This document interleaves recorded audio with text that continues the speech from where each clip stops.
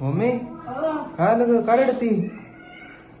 हा अगं कशी रडायला लागली? अगं मान्य आहे तुझ्याकडनं चुकी झाली, पण असं झाली मग मान्य आहे, पण तू ते पाण्याचं चालूच ठेवलं. तुम्हाला माहिती का हिने काय केलंय?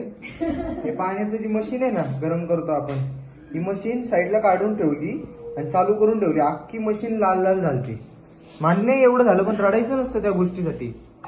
अरे मी कांदा कापतीये.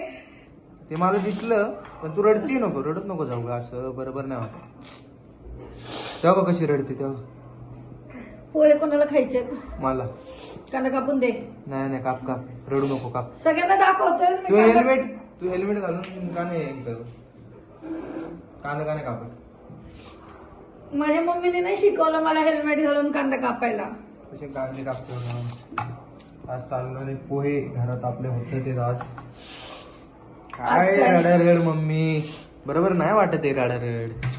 ती हवा येत नाहीये ना, म्हणून असं पाणी येते डोळ्यातून. अगं असं नको करू तू. हे बघ किती पाणी येते डोळे बघ.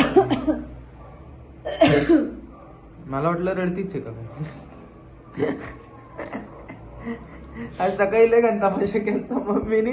ती मशीन फुटायला राहिली होती. मी बरं झालं बाहेर आलो. आज खरंच काहीतरी वेगळंच घडलं असतं. ते मी बरं झालं बाहेर आलो आणि ते बघितलं. म्हणलं मम्मी इकडे म्हणलं, काय म्हणलं नाही. ऍक्च्युली झालं काय, ते मी बकेट मधनं बाहेर काढली आणि पाणी काढलं आणि माझ्या लक्षातच नाही राहिलं ती मशीन चालूच आहे करून. अख्खी लाल झाली होती ती आणि मशीन. लाल झाली म्हणजे आता ती फुटायलाच बाकी होती मशीन.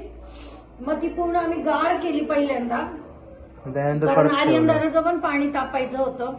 म्हणून मग ते पहिल्यांदा आम्ही पूर्ण गार केली आणि मग नंतर पुन्हा मशीन लावली आर्यन दादासाठी. आता मी बघते रे पाणी गरम होतंय का. आतापर्यंत तर झालेलं नाही. झालंय का रे?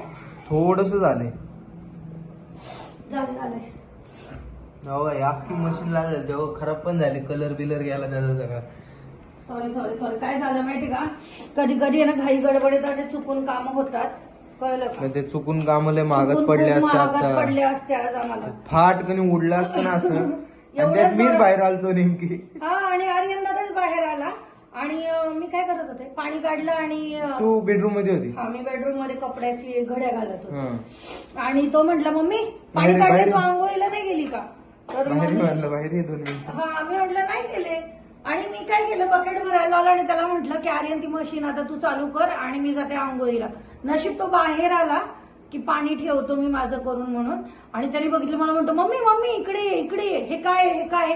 आणि त्याने पण काय केलं, हुशार नाही माहितीये का, त्या बकेटला आहे ना ती मशीन बंद केली. मी म्हटलं आता ती पूर्ण गार होऊन दे आणि मग आपण लावूया. तर ती मशीन आहे ना बंद करून त्या बकेटला चिटकून ठेवली. ती बकेट पण जळाली. नाही एवढी नाही जळाली ती. बघ दाखव केवढी जळाली. एवढी कुठं जळाली तेव्हा? आणि ते पाण्यात हात घालू नकोस. इथं थोडीशी आहे ना. इथं एवढं काय नाही झालंय. हा, ते मशीनचं लय मोठं झालं असतं. ते बकेट जळालेलं काय विषय नाही. तो खरं तर आता बघ, यांनी पण 2 कांदे आणून दिलेत. मम्मीने कांदे कापलेले आहेत, तर पोहे करती. नाही, तू रडू नको, जाऊन दे. पण एवढ्या अशा गोष्टीवर रडायचं नसतं ग. श्रीनी पण 2 कांदे आणून दिलेत. त्याला घेऊन जायचंय स्कूलमध्ये. आज त्यांच्या स्कूलमध्ये पार्टी आहे.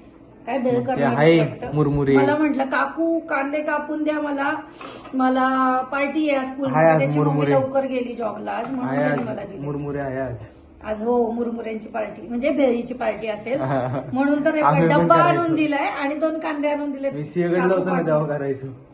हो, आम्ही न्यायचो. सिंहगड स्कूलमध्ये खूप चालायचं ते. आणि आता काय, आर्यन दादा मोठा झालाय त्यामुळे आता पार्टी वेळची. आणि ते तर जाऊ दे, स्कूलमध्ये ते घरी पण खूप पार्टी करायचे.